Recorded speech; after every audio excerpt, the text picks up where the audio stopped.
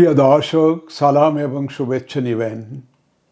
নির্বাচনের কয়েকদিন আগে তারেক রহমান আওয়ামীপন্থীদের আশ্বস্ত করে বলেছিলেন, জনগণের সমর্থন এবং গ্রহণযোগ্যতা থাকলে সাবেক প্রধানমন্ত্রীর সন্তানদেরও দেশে ফিরে রাজনীতিতে যুক্ত হওয়ার অধিকার রয়েছে। নির্বাচনে আওয়ামীপন্থীরা বিএনপির হয়ে কাজ করেছে, কারণ এই মুহূর্তে বিএনপি তাদের অবলম্বন।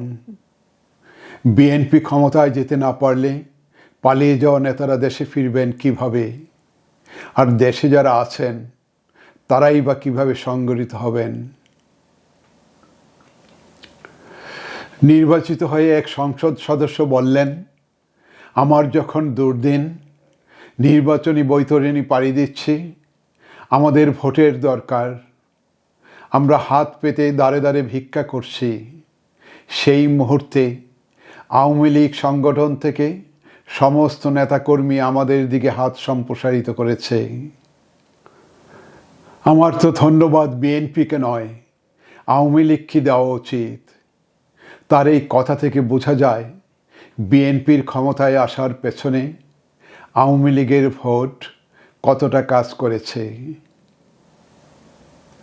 আওয়ামী লীগের নেতাকর্মীরা উন্মুখ হয়ে আছেন, অস্থির হয়ে উঠছেন দেশে দলকে পুনর্গঠনের জন্য। দেশের বিভিন্ন স্থানে তারা তাদের বেশ কিছু কার্যালয়ের তালা খুলেছিল, ব্যানার, পতাকা এবং ছবি টানিয়েছিল, তবে ধরে রাখতে পারেনি। কোথাও বন্ধ করেছে ছাত্র জনতা, আবার কোথাও বিএনপির লোকজন।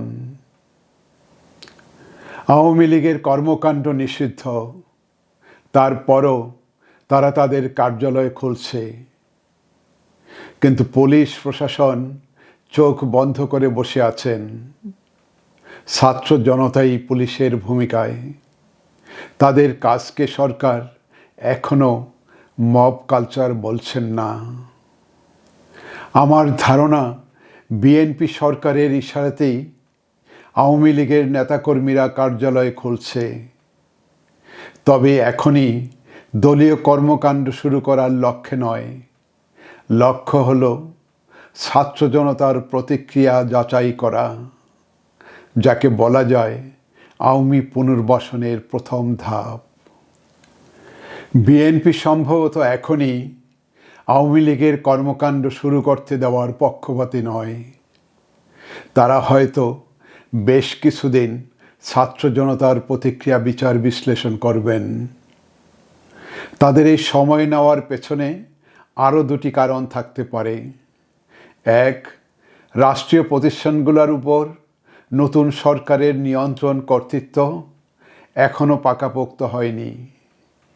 দুই, লীগের তৎপরতা আর ছাত্র জনতার বাধায় যে রাজনৈতিক অস্থিরতা সৃষ্টি হবে, সেটা নতুন সরকারের জন্য এই মুহূর্তে চ্যালেঞ্জ হয়ে দাঁড়াতে পারে।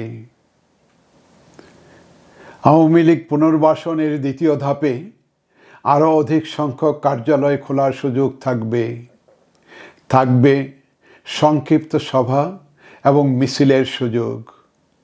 জামিনে বের হয়ে আসবেন অনেক নেতাকর্মী।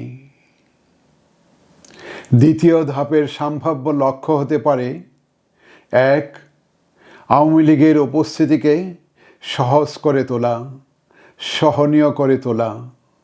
দুই, এনসিপি সহ জুলাই অভ্যুত্থানের সকল পক্ষকে আওয়ামী ভীতি দিয়ে সরকার বিরোধী আন্দোলন থেকে নিষ্ক্রিয় করে রাখার চেষ্টা।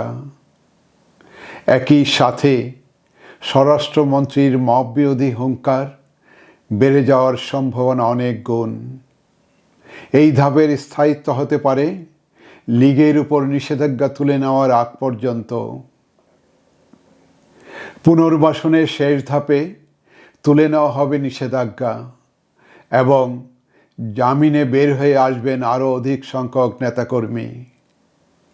বিএনপি সরকার আওয়ামী লীগকে দুর্বল করে রাখার চিন্তা থেকে জামিনের বিষয়টি বিবেচনা করবেন।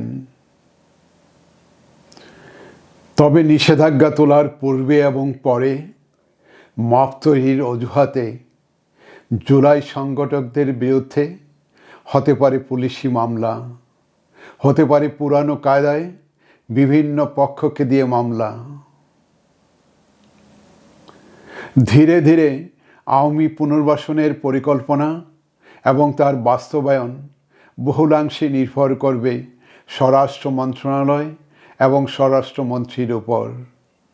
তারেক রহমান এই মন্ত্রণালয়ের বিষয়ে অত্যন্ত স্মার্ট সিদ্ধান্ত নিয়েছেন।